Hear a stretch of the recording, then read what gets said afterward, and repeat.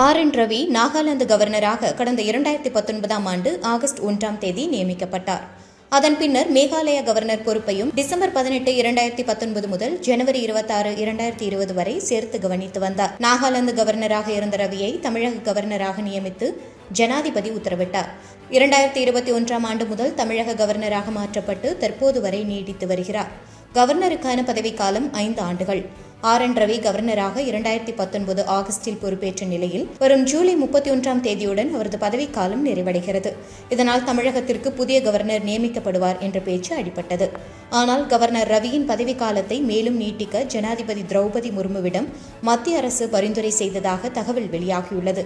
சமீபத்தில் டில்லி சென்ற ரவி மத்திய அமைச்சர்கள் அமித்ஷா, தர்மேந்திர பிரதான் உள்ளிட்டோரை சந்தித்து இது தொடர்பாக பேசியுள்ளார். தமிழக பாஜக தலைவர் அண்ணாமலை வெளியிட்டுள்ள அறிக்கையில் கூறியுள்ளதாவது: பள்ளி கல்லூரி மாணவர்களிடையே ஜாதி இன உணர்வுகளால் உருவாகும் வன்முறைகளை தவிர்க்கவும், நல்லிணக்கம் ஏற்படுத்தவும், அதற்கான வழிமுறைகளை வகுக்கவும் தமிழக அரசு சார்பில் அமைக்கப்பட்ட முன்னாள் நீதிபதி சந்துரு தலைமையிலான ஒரு நபர் குழு முதல்வர் ஸ்டாலினிடம் அறிக்கை வழங்கியது. சந்துருவின் அறிக்கைக்கு எதிராக பாஜக செயற்குழு கூட்டத்தில் கண்டன தீர்மானம் நிறைவேற்றினோம். இதனால் சந்துரு வருத்தப்பட்டிருக்கிறார் என தெரிகிறது. சமீபத்தில் ஒரு விழாவில் இந்த அறிக்கை குறித்து பேசுகையில் நூலகம், அறநெறி குறித்தெல்லாம் பேசி இவற்றை பற்றி பாஜகவுக்கு என்ன தெரியும் என்று கூறியிருக்கிறார். எரிந்து போன யாழ்ப்பாணம் நூலகத்தில் இந்திய புத்தகங்களுக்கான பிரத்யேக பகுதியை திறந்து வைத்ததும், அதற்கு 16,000 புத்தகங்களை வழங்கிட ஏற்பாடுகள் செய்ததும் பிரதமர் மோடி தலைமையிலான அரசுதான். அதே யாழ்ப்பாணத்தில் சுமார் 11 மில்லியன் அமெரிக்க டாலர் மதிப்பில் கலாச்சார மையம் அமைத்ததும் மோடி அரசுதான். நூலகம், அறநெறி, கலாச்சாரம் குறித்தெல்லாம் சந்துரு எங்களுக்கு பாடம் நடத்த வேண்டாம். அறிக்கை அளித்ததோடு உங்கள் பணி நிறைவடைந்தது என்பதை நீங்கள் மறந்துவிட்டீர்கள். ஜனநாயகத்தில் அரசின் பொதுமக்கள் சார்ந்த நடவடிக்கைகளுக்கு ஆதரவும் எதிர்ப்பும் தெரிவிப்பது எதிர்க்கட்சிகளின் பணி. திமுகவின் கொள்கைகளை மாணவ சமுதாயத்தின் மீது திணிப்பதைத்தான் எதிர்க்கிறோம். அரசியல் பேச வேண்டும் என்ற விருப்பம் இருந்தால் சந்துரு அதிகாரப்பூர்வமாக திமுகவில் இணைந்து கொள்ளலாம். சுயலாபத்துக்காக அரசு அமைக்கும் குழுக்களில் அமர்ந்து கொண்டு மக்களின் வரிப்பணத்தில் திமுகவின் கொள்கைகளை குழு அறிக்கை என்ற பெயரில் மாணவ சமுதாயத்தின் மீது திணித்தால் அதற்கான எதிர்ப்பும் நிச்சயம் இருக்கும். இவ்வாறு அந்த அறிக்கையில் அண்ணாமலை கூறியுள்ளார். EPS வெளியிட்ட அறிக்கையில் கூறப்பட்டுள்ளதாவது: தமிழகத்தில் அதிகரித்து வரும் படுகொலை சம்பவங்களுக்கு கடும் நடவடிக்கை எடுக்காமல் வேடிக்கை பார்த்து வரும் திமுக அரசுக்கு கண்டனம். முதல்வர் ஸ்டாலின் தன்னை நம்பி ஓட்டளித்த மக்களுக்கு சட்டம் ஒழுங்கை நிலைநாட்டி பாதுகாப்பான சூழலை ஏற்படுத்தி தராமல் அவர்களை சிரமத்துக்குள்ளாக்கி தனது நிர்வாக திறமையின்மையை நாள்தோறும் வெளிக்காட்டி வருகிறார்.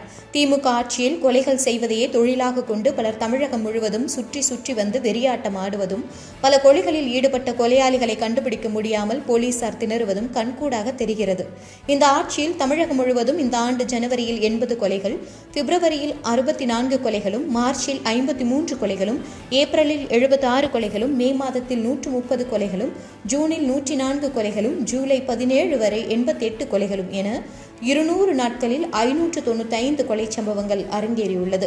சுய சிந்தனையோடு கொலை பாதகர்களிடம் இருந்து மக்களை எப்படி காப்பாற்ற வேண்டும் என்று சிந்தித்து போர்க்கால அடிப்படையில் இந்த அரசு நடவடிக்கை எடுக்க வேண்டும்.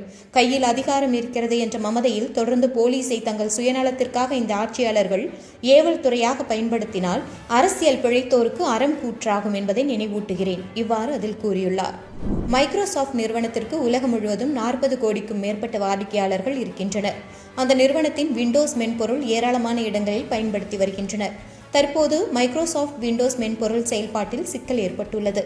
இதனால் IT ஊழியர்கள் பணியாற்ற முடியாமல் தவிக்கின்றனர். சாஃப்ட்வேர் அப்டேட்டில் ஏற்பட்டுள்ள மாறுதல்களால் பெரும்பான்மையான மைக்ரோசாஃப்ட் சேவைகள் பாதிக்கப்பட்டுள்ளன.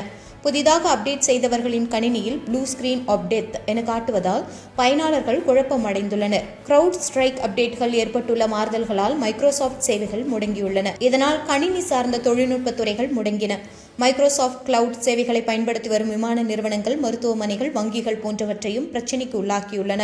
மைக்ரோசாஃப்ட் விண்டோஸ் மென்பொருளில் ஏற்பட்டுள்ள பாதிப்பு காரணமாக டில்லி, மும்பை, சென்னை உள்ளிட்ட விமான நிலையங்களில் விமான சேவைகள் பாதிக்கப்பட்டுள்ளன.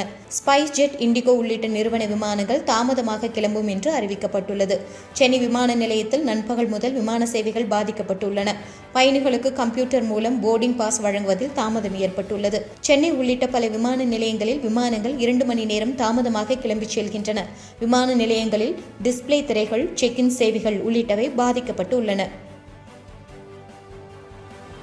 இதுபோன்ற செய்திகளை மேலும் தெரிந்து கொள்ள எங்களது YouTube, Facebook மற்றும் Twitter ஆப்களை சப்ஸ்கிரைப் செய்யவும்.